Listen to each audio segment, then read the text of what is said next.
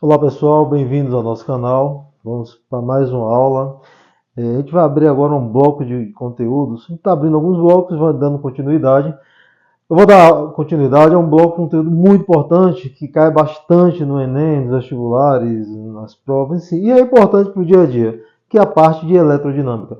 Aí no canal você já encontra o material de eletrostática. Não está completo. A gente vai completar algumas aulas que estão faltando aulas de exercícios, mas eu vou dar início agora a falar um pouquinho de eletrodinâmica.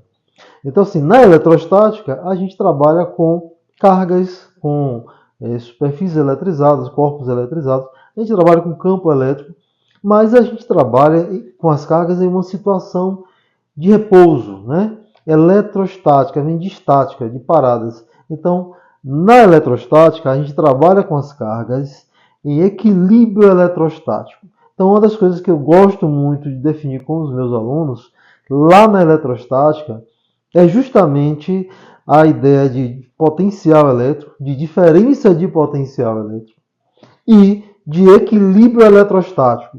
Então, quando a gente pensa em equilíbrio eletrostático, é justamente quando o sistema, né, o condutor em si, ele vai estar submetido ao mesmo potencial elétrico. Então, na verdade, na eletrostática, a gente vai trabalhar com um único potencial. Por isso, as cargas não têm mobilidade. Então, o que vai gerar, o que vai dar mobilidade para as cargas elétricas?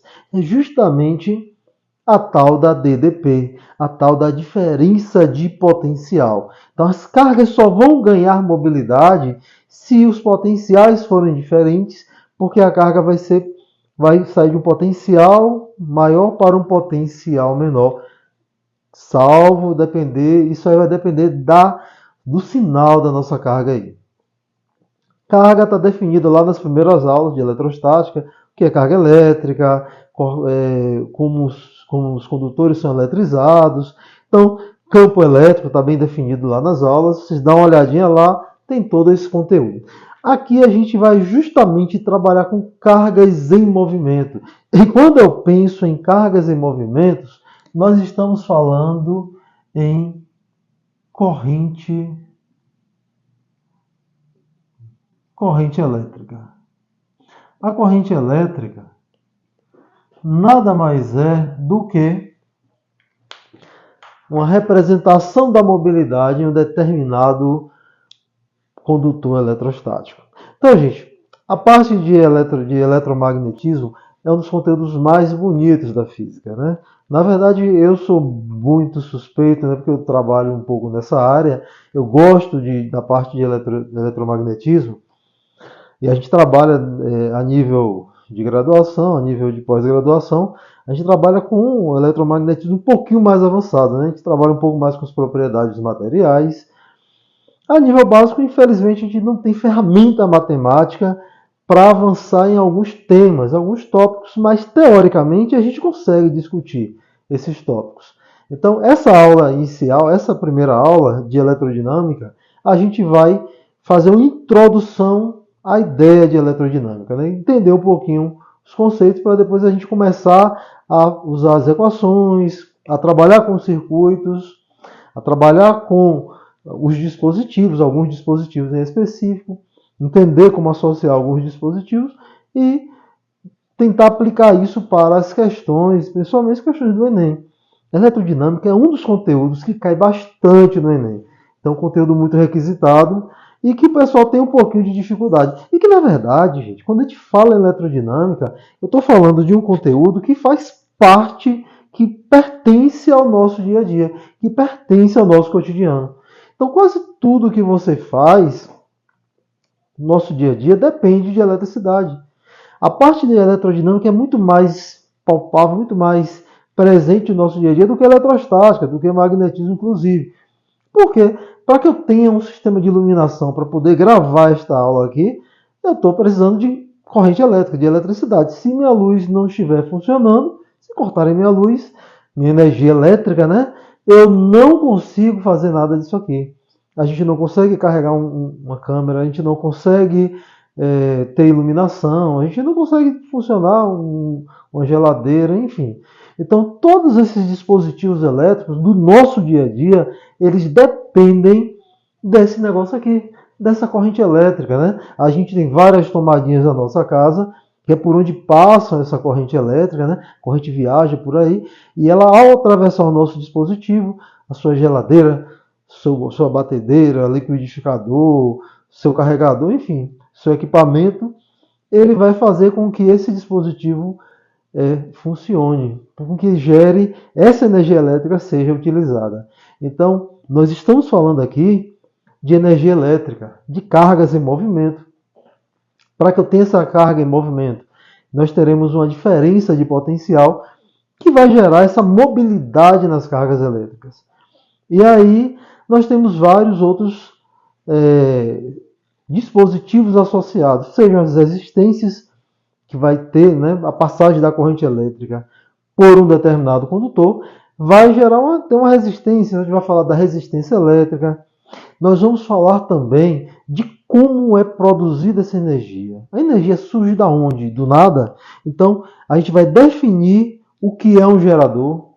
A gente vai falar de alguns tipos de geradores, como essa energia, o que é um gerador, né? A gente vai definir lá, dizer que um gerador, ele vai pegar alguma forma de energia e transformar em energia elétrica, enquanto que o receptor, ele vai pegar a energia elétrica e transformar em outra forma de energia. A gente pega a energia elétrica e transforma na energia mecânica, por exemplo, em um liquidificador ou em um ventilador. Enfim, a gente vai estar sempre aplicando essas transformações, esses dispositivos no nosso cotidiano.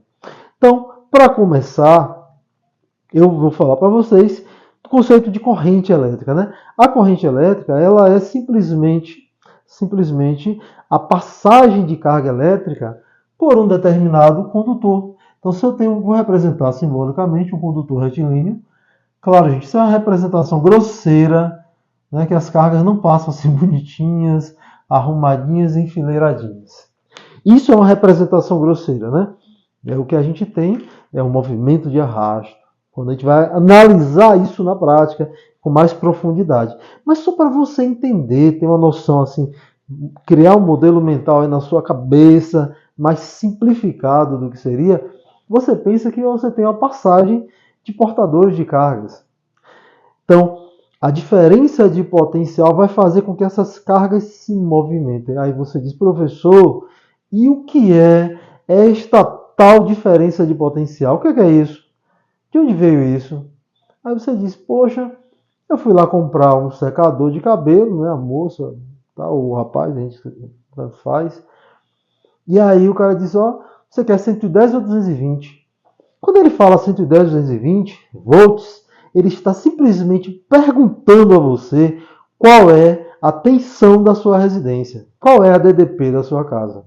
Em algumas localidades, você usa 220 volts, como Amargosa, por exemplo. Em outras localidades, você usa 110 volts, como Salvador, Feira de Santana, na Ilha Itaparica. Alguns locais, algumas cidades, em maioria, usa 110 volts.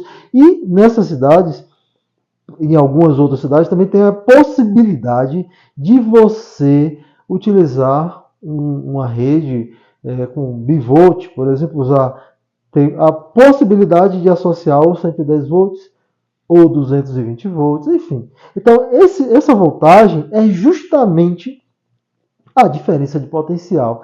É essa tensão que a Coelba mantém na sua casa que possibilita a passagem de corrente elétrica pelos seus equipamentos e você tem energia elétrica na sua casa.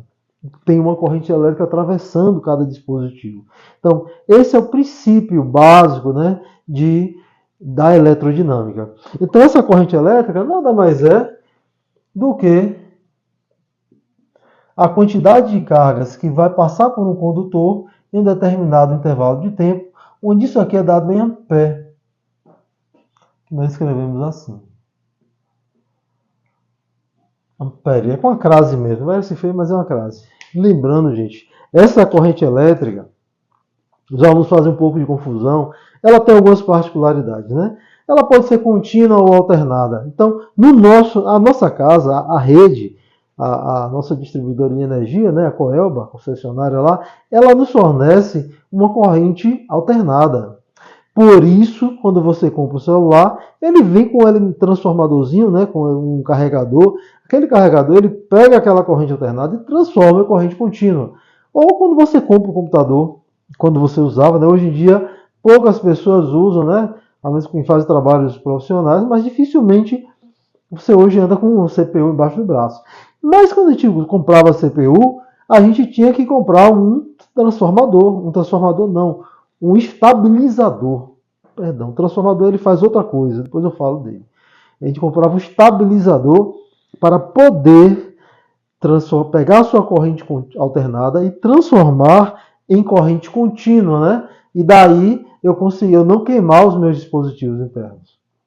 Então, gente, tudo isso aí justamente são características da minha corrente elétrica. Além disso, né, a gente fala em corrente real, corrente convencional. O que é isso, professor?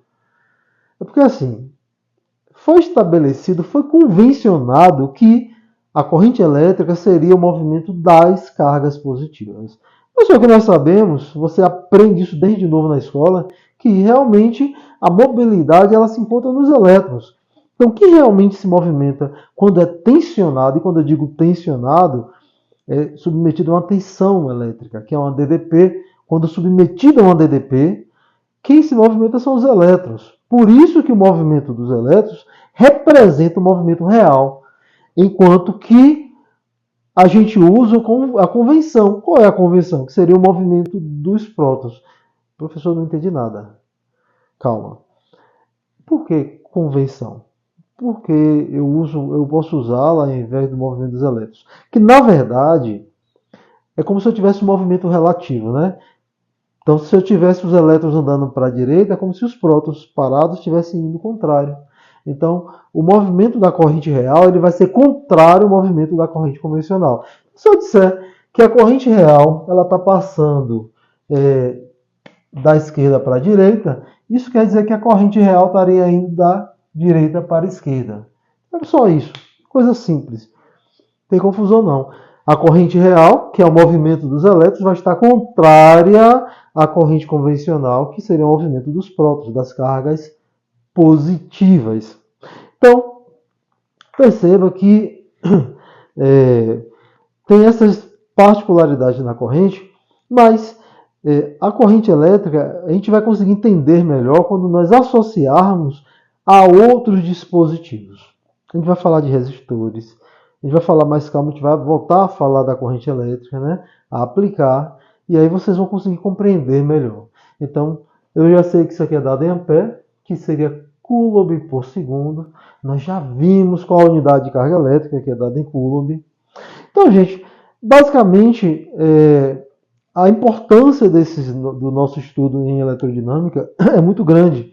Não só para fazer uma prova, mas para o nosso dia a dia. Hoje em dia, eu costumo falar que a gente vive em uma constante evolução tecnológica.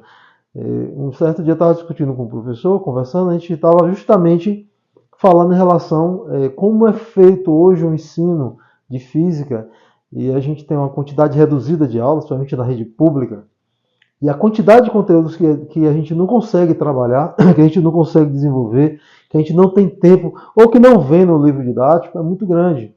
Por exemplo, hoje nós vivemos uma era totalmente tecnológica. A gente trabalha os conteúdos de física, infelizmente são conteúdos que trabalham com a mecânica clássica, daquela lá de 1905 até 1905. Só que de lá para cá nós tivemos evoluções, tanto a mecânica quântica, como mecânica relativística, e é uma evolução muito grande. Nós tivemos o surgimento dos semicondutores, que facilitou demais a nossa vida, que nos possibilita ter um celular bem pequeno, um circuito integrado, uma televisão de tela plana. Então são vários avanços tecnológicos que hoje, daqui a algum tempo, não sei se daqui 5, 10, não sei quanto tempo, mas vai chegar aí os computadores quânticos, né, para revolucionar com toda a tecnologia. Para nos trazer assim já está chegando, né? Mas quando popularizar, que as pessoas vejam a mudança, o salto que nós vamos dar, vai ser muito grande.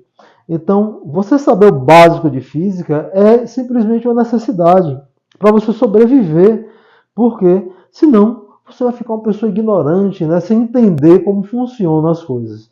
Eu acho que, além da necessidade de a gente conseguir passar nos cursos que a gente quer, fazer uma boa graduação, aprender é uma coisa fora do normal. Aprender acaba sendo uma coisa gratificante, né, e necessária. Né? Aprender dá um prazer muito grande. Quando as pessoas entenderem isso, que nem sempre é só estudar por questão de nota ou por questão de uma aprovação, mas sim por ter o conhecimento e poder usufruir desse conhecimento no seu dia a dia, com seus amigos e familiares, poder inovar dentro da sua própria residência com base em conhecimentos físicos, químicos, biológicos, enfim, aprender para você aplicar no seu dia a dia, isso é muito bom, muito interessante. Então, pessoal, essa foi a primeira aula de eletrodinâmica, nós nem começamos o conteúdo ainda, apenas fizemos um apanhado, né? Fizemos uma conversa, um bate-papo sobre o conteúdo, para a gente nas aulas seguintes aí nós começarmos a dar sequência, começarmos a aplicar realmente as formas, entender os dispositivos, cada um para que serve, e aí a gente começar a aplicar as questões que são mais direcionadas às provas de vestibulares, a prova do Enem que está bem próxima aí, e para as provas do seu colégio, sua instituição que você trabalha, que você estuda, né? A escola que você está aprendendo, né? Então, valeu pela atenção, por ter ficado até aqui. Aquele abraço e nos vemos na próxima aula.